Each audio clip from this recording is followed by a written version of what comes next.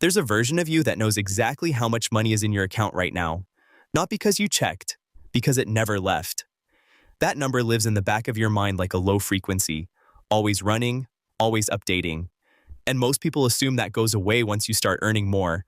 It doesn't, and that's exactly where the real money problem begins. You've probably heard that building wealth is about budgets, about investing, about compound interest and index funds and starting early, and all of that is true. But none of that explains the part nobody talks about, the part that happens before the spreadsheet, before the investment account, before any of the advice ever lands. There's a mindset that gets built inside you when money is tight long enough, and it is incredibly good at keeping you alive, keeping you alert, keeping you from going under. The problem is, it doesn't know when to stop. And if you don't understand it, it will quietly make every financial decision for you, long after the circumstances that created it are gone. This video isn't about budgeting. It's about the thing underneath the budget that nobody taught you to see. Stay with me. Picture this. You're 24, you've got a job, a real one. Salary, benefits, the retirement contribution your coworker told you not to skip. You take home about $3,000 a month.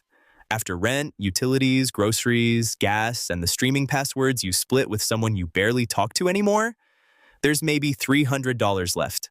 Some months less.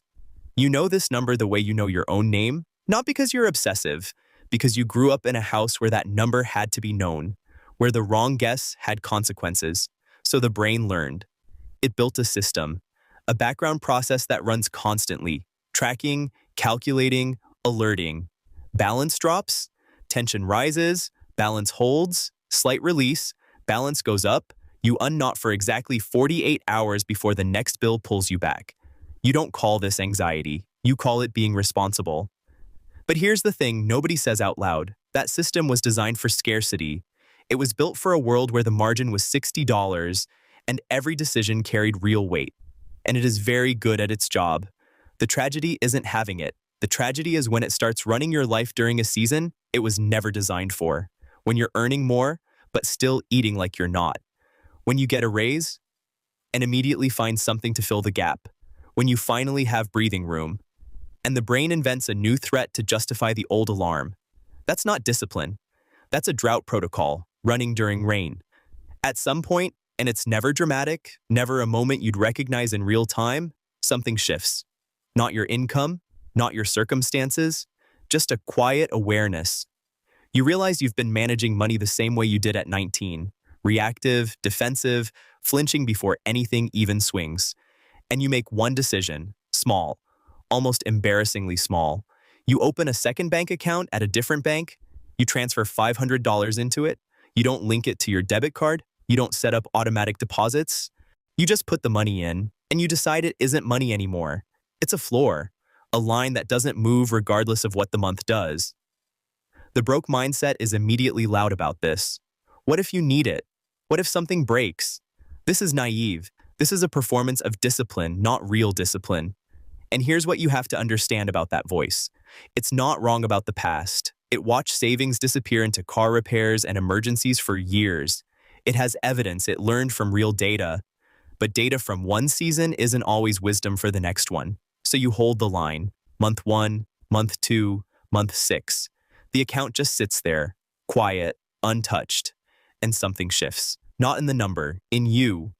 For the first time in your adult life, there is a floor that doesn't move. Here's what that floor actually builds. And it's not what you think. It's not security, not exactly, it's options. When you have no floor, every single decision gets filtered through fear first. You don't ask, what's the best choice? You ask, what's the safest choice right now? Those are not the same question. When the floor exists and holds, the filter changes. You start making decisions from a slightly longer timeline. You start saying no to things not because you can't afford them, but because they don't point in the right direction. That distinction sounds philosophical. It isn't. It shows up in a job meeting when you're not performing desperation. And the person across the table can feel it. They can't name it, but they can feel it. There's something different about someone who doesn't need this to go well in the next 30 days. It shows up when an opportunity comes with the right money attached to the wrong person. And you're able to say no, Not because you're brave, but because the floor gave you enough distance from panic to think clearly. It shows up when your friend buys something big and expensive and tells you the monthly payment with exhausted pride, and you recognize that look. Not because you're better than them, because you've been that person, because you know exactly what need is being performed through that number. You press like on the photo, you put the phone down, you move on.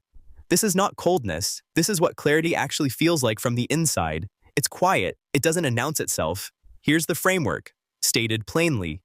The broke mindset is not a character flaw. It is a rational response to real conditions.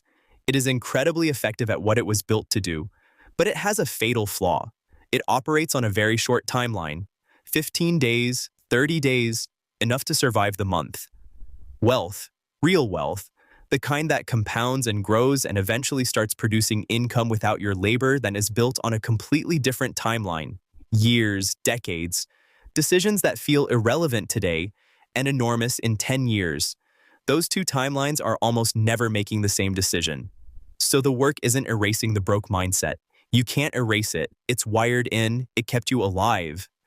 The work is building a second system alongside it, one that operates on a longer horizon, that asks not, can I survive this month? But where does this decision put me in 5 years? Two systems, running at the same time. The first one keeps you safe. The second one builds something. And the balance between them, that tension, that's where financial growth actually lives. Start with the floor, one account, one line that doesn't move. Not because you can see the whole staircase, because you need something solid under your feet before you can even look up. Somewhere tonight, someone is doing the math in their head without meaning to. Balance updating automatically, tension in the chest that arrives before they've even opened the app. They don't know this is a system. They think it's just how life feels. They're not broken. They're not bad with money. They're running software that was written during a harder version of their life, and nobody ever told them it could be updated. If that's you right now, the mindset that got you through the scarce years, it was never the enemy. It was doing its job perfectly. But you get to give it a different job now. Not survival, not month to month, not flinching before the blow lands, building something, quietly, consistently, on a timeline nobody in the room has agreed to. That mismatch between your pace and everything around you will look strange from the outside. Let it. If something in this video landed differently than you expected, hit the like button. It helps more than you know, and the next video goes deeper. Exactly how to build a second financial system, step by step, starting from zero. It's linked right above. I'll see you there.